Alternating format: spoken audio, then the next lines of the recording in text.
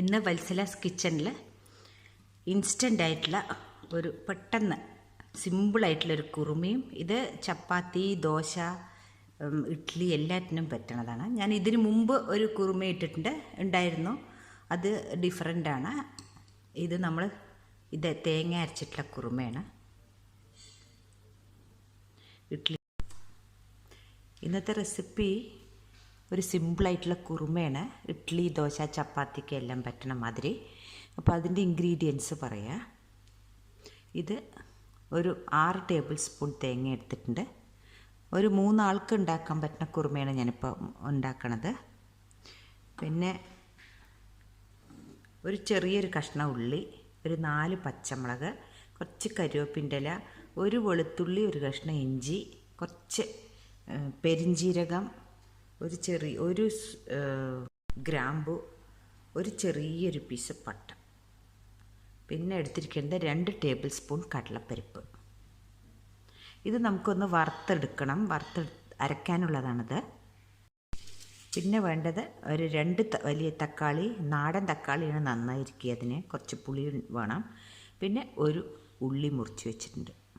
ഗ്യാസിലൊരു ചീഞ്ചട്ടി വെച്ച് കൊടുത്തിട്ടുണ്ട്. അതിലേക്ക് 1 ടേബിൾ സ്പൂൺ എണ്ണ. ആദ്യമായി നമ്മൾ ഈ പട്ട ഗ്രാമ്പു ഇതെല്ലാം ഇട്ട് കൊടുക്കുക. പിന്നെ കടലപ്പരിപ്പ്. ഇനി നമുക്ക് ബാക്കി സാധനങ്ങൾ ഇട്ട് കൊടുക്കാം.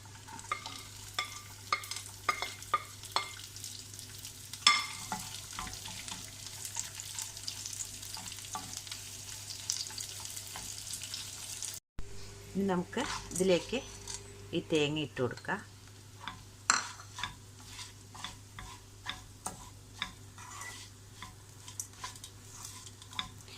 തേങ്ങ അധികം ഫ്രൈ ആവേണ്ട ആവശ്യമില്ല. ഇത് നല്ല ഫൈൻ പേസ്റ്റായിട്ട് നമുക്ക് അരച്ചെടുക്കാം. അതേ പാൻ തന്നെ വെച്ച് കൊടുത്തിട്ടുണ്ട്. അതിലേക്ക് കുറച്ച് എണ്ണ, നമുക്ക് ഈ ഉള്ളി ഒന്ന്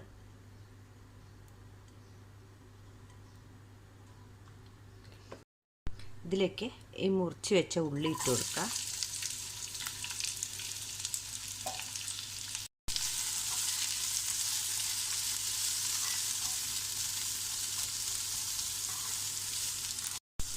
ഉള്ളി ചെറുതായിട്ട് ഒരു ബ്രൗൺ കളറാവട്ടെ.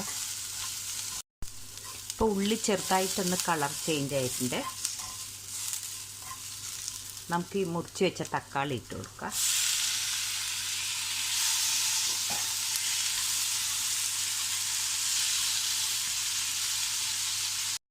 ഇതിലേക്ക് ആവശ്യത്തിനുള്ള ഉപ്പിട്ട് കൊടുക്കുക. ഈ തക്കാളി നല്ല പോലെ ഒന്ന് വെന്ത് ഉടയണം. നമുക്കിതൊന്ന് അടച്ച് വെച്ച് കൊടുക്കാം.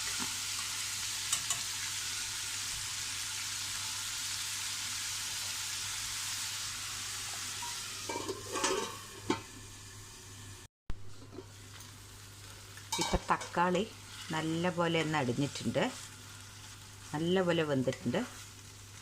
നമുക്കിനി ഇത് അരച്ചത് ഇതിലേക്ക് ഒഴിച്ചു കൊടുക്കാം. ഇതിലേക്ക് കുറച്ച് കരിവേപ്പിൻ്റെ ഇലയും കുറച്ച് പുതിന ഇലയുണ്ട്, അത് ഇട്ട് കൊടുക്കുക. ഇനി നമുക്ക് ഈ അരച്ചതും ചേർത്ത് കൊടുക്കാം.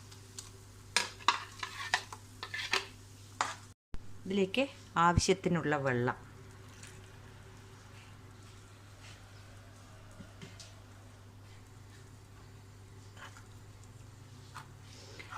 നമുക്ക് എത്ര ആവശ്യം അതനുസരിച്ചിട്ട് വെള്ളം ചേർത്തി കൊടുക്കുക.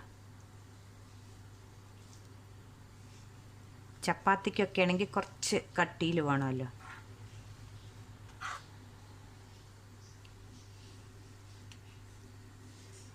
ഈ സമയത്ത് ഉപ്പ് നോക്കണം. പിന്നെ എരിവ് ഞാനിപ്പോൾ 4 പച്ചമുളക് ഇട്ട് കൊടുത്തിട്ടുണ്ട്. എരിവ് അധികം വേണ്ടവർക്ക് കുറച്ച് മുളക് പൊടി വേണമെങ്കിൽ ചേർത്തി കൊടുക്കാം. നമുക്ക് ഗ്യാസ് ഓഫാക്കാം. ഇനി ഇതിലേക്കൊന്ന് വറുത്തിടാം. അപ്പോൾ നിങ്ങൾക്ക് ഈ വീഡിയോ ഇഷ്ടപ്പെട്ടു എന്ന് വിചാരിക്കുന്നു. ഇഷ്ടപ്പെട്ടാൽ തീർച്ചയായിട്ടും ഒരു ലൈക്കും ഷെയറും നിങ്ങൾക്ക് ഫ്രണ്ട്സിനൊന്ന് ഷെയർ ചെയ്യുകയും ചെയ്യണം, മറക്കാതെ. Thank you.